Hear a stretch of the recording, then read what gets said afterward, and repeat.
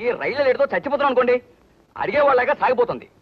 మనం ఏ ఊరికి ప్రయాణం చేస్తున్నావా, డబ్బు చేత ప్రయాణం చేస్తున్నావా? ఏమైనా సరే ఈ విషయం మాత్రం పార్లమెంట్ లో పెట్టాలండి. మిస్టర్, ఓసారి ఇటు వస్తారా? మీ టికెట్ తీశారా? తీశాను. చూపించండి.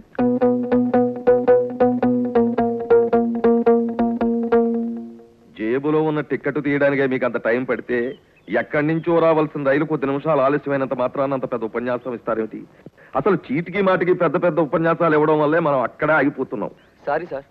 ఈవేళ చిన్న అబ్బాయి 20 నిమిషాలు లేటు. కామ్గా కూర్చోండి ప్లీజ్. తలుపులు. అయ్యా వస్తున్నానండి.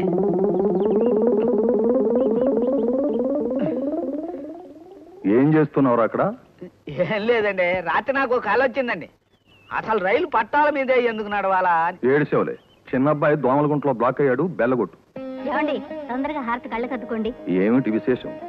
ఏమిటండి, పూజ దాకా ఉండమంటే మీరేమో టైం అయిందని వచ్చేసారు. ఇవాళ శ్రావణ శుక్రవారం, అక్షంతలు వేసి నన్ను ఆశీర్వదించండి.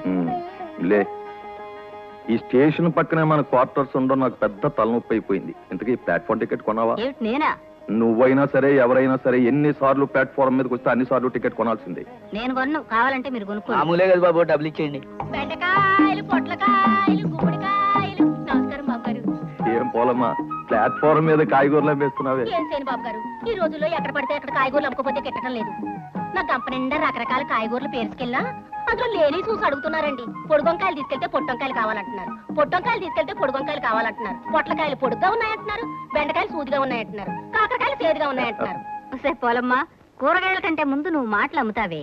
మాటలు కాదమ్మగారు, ఈ మధ్య కాయగూరలు తినేవాళ్ళంతా నీసు మాంసాలు తినేస్తున్నారు. అందుకనే నా కాయగూరల బిజినెస్ పడిపోయింది. మా ఇంటి పేరు పొడుగొంకాయలైనా ఈ పొట్టోడు కట్టుకున్నాక నా బతుకు కూడా పొట్టిగానే అయిపోయింది.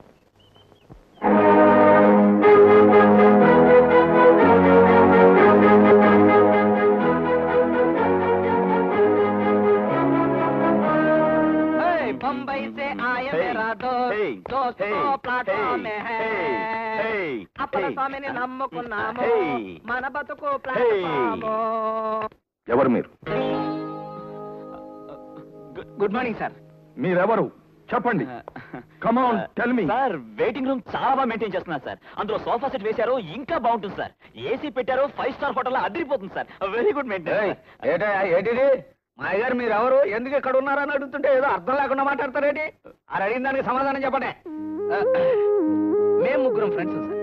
చైతన్య, రామారావు, సుబ్రహ్మణ్యం సార్. కరెక్ట్, మాయ సుబ్రహ్మణ్యం సార్. మేము ముగ్గురు ఈ ఊరికి బయలుదేరాం సార్. మా ఇద్దరికి ట్రైన్ దొరికింది సార్, వాడికి మాత్రం ట్రైన్ మిస్ అయిపోయింది. పాపం సార్. ఈ ఊళ్ళో ఇంటి తాళాలు వాడి దగ్గరే ఉండిపోయాయి సార్. వాడు నెక్స్ట్ ట్రైన్ లో వచ్చేస్తాడు సార్. వాడు రాగానే మేము వెళ్ళిపోతాం సార్. ఇక్కడ వాడు వచ్చాక ఉన్నాం సార్. మీరు చెప్పే విషయాలు నిజమనిపించడం లేదు. ఊరు నిండా స్ట్రైకులని బంధులని గందరగోళంగా ఉంది. ఊళ్ళో చిన్న పొట్టలుంది, అక్కడికి వెళ్ళి ఉండండి. ఇక్కడ ఉండడానికి వీల్లేదు సార్. వాడు మళ్ళీ వచ్చేసరికి మేము ఇక్కడ కనపడకపోతే కంగారు పడిపోతాడు సార్. వాడు ఇలా బండి దిగ్గానే మేము వెళ్ళిపోతాం సార్. ఫోన్లే కాసేపు ఉండనిద్దరు, వాళ్ళ ఫ్రెండ్ రాగానే వెళ్ళిపోతా అంటున్నారుగా. ఇంత లోపల స్టేషన్ దోసుకుపోతారా ఏమిటి? మీరు ఉండండిరా. ఎవరి మహాతల్లి? ఎస్ఎం గారు, భార్య గారు. నమస్కారం అమ్మా. పంపుల్లో నీళ్ళు అవి బాగా వస్తున్నాయా? మేము చూసుకుంటాగా. రారా. కాదండి. అమ్మయ్య, టిక్కెట్లేవి? టికెట్లు కూడా వాడి దగ్గర ఉండిపోయాయి సార్. మీ సమాధానాలు ఏమిటో చాలా గందరగోళంగా ఉన్నాయి. సరే, మీ వాడు వచ్చే వరకు ఇక్కడే ఉండండి. మీ వాడు నెక్స్ట్ ట్రైన్ లో రాగానే మీ 3 టికెట్లు నాకు చూపించాలి, లేదా పోలీస్ స్టేషన్ కి మిమ్మల్ని పంపిస్తాను. ఈ బట్టలు ఇక్కడ ఆరైకూడదు, లోపల పెట్టుకుంటాను. చిన్నాడు వచ్చే టైం అయినట్టుంది. పెద్దాడు 1 గంట లేటుగా వచ్చాడు, చిన్నాడు 20 నిమిషాలు లేటుగా వస్తున్నాడు. ఏమిటో పొద్దున్నుంచి పరిస్థితి చాలా గందరగోళంగా ఉంది.